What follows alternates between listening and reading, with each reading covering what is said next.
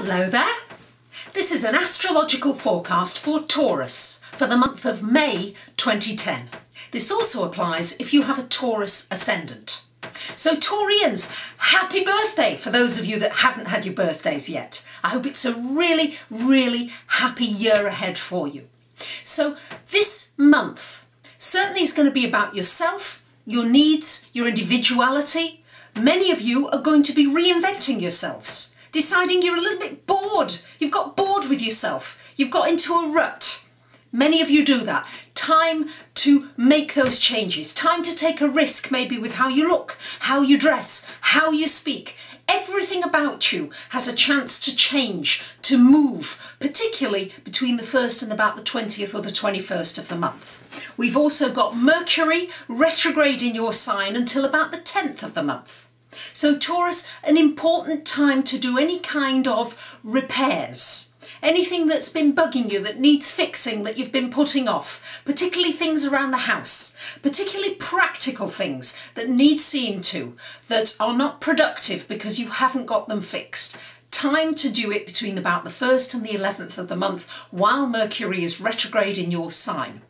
It's a time for thinking deeply. It's a time for not rushing into things. Not that you do rush into things, Taurus, in the main, but all the same, it's a time for going even slower, for being very frugal with your finances until at least the 10th of the month. And also to be thinking about yourself a little bit more, thinking about your needs, reflecting on what it is that you're wanting for this year ahead. You're having your birthday, now it's time really to plan out the year and what it is that's important to you and what you value moving forward and starting to live according to those values.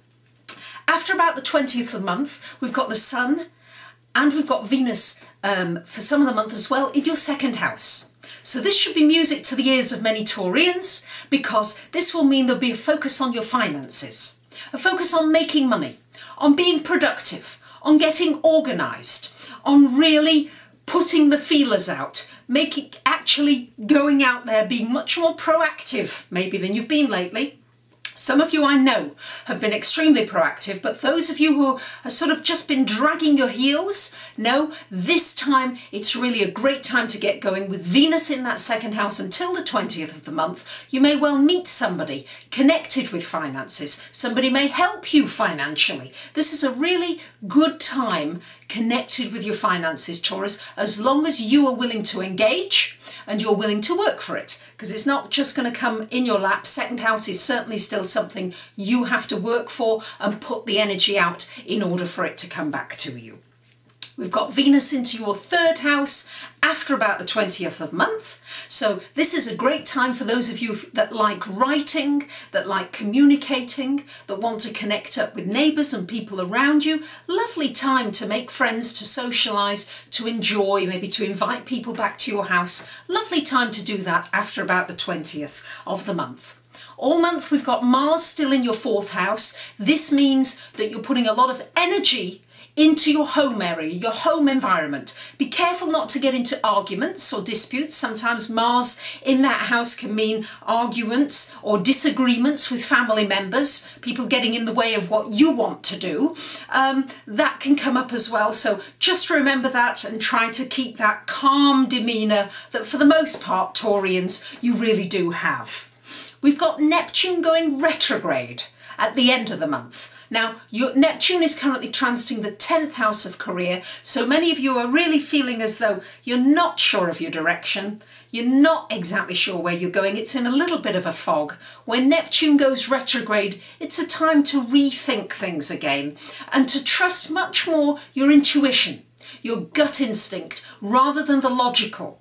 The logical gets you so far, but you now need to trust that intuitive part of you, Taurus. You may want to get into nature, get outside, get in tune with your environment, eat some nice food, whatever it is that gets your senses going, because Taurus needs the senses to be activated to find your direction. This will be one way for you to get to it more easily. And finally, we've got Jupiter conjuncting Uranus at the end of the month, around the 28th, 29th, end of the month. And this is in your 11th house of friendships. So you may suddenly spark up a friendship or several friends. And you may suddenly join an organisation that you hadn't anticipated you were going to join. Things are just going to, or you're going to get in touch with a new dream, something you hadn't imagined before. Your brain is going to be working overtime. You'll find there'll be a lot more energy and enthusiasm and excitement and support coming from your friends in your life during this time. And it's an aspect that's just starting at the end of this month. It will continue into the following month, but I'm just giving you that for this month for now. So there you have it, Taurus. Focus on yourself, your finances, your home, keeping that calm, and your career and your friendships. Quite a big month ahead for you. I've just started a new thing, which is Ask Me One Question for $25, and I will respond by email. You can find my website here, and you may want an in-depth reading. I offer financial readings, relationship readings. Please take a look at my website if you're interested, and I'd love to hear from you. Thank you so much. Have a great month. Bye for now.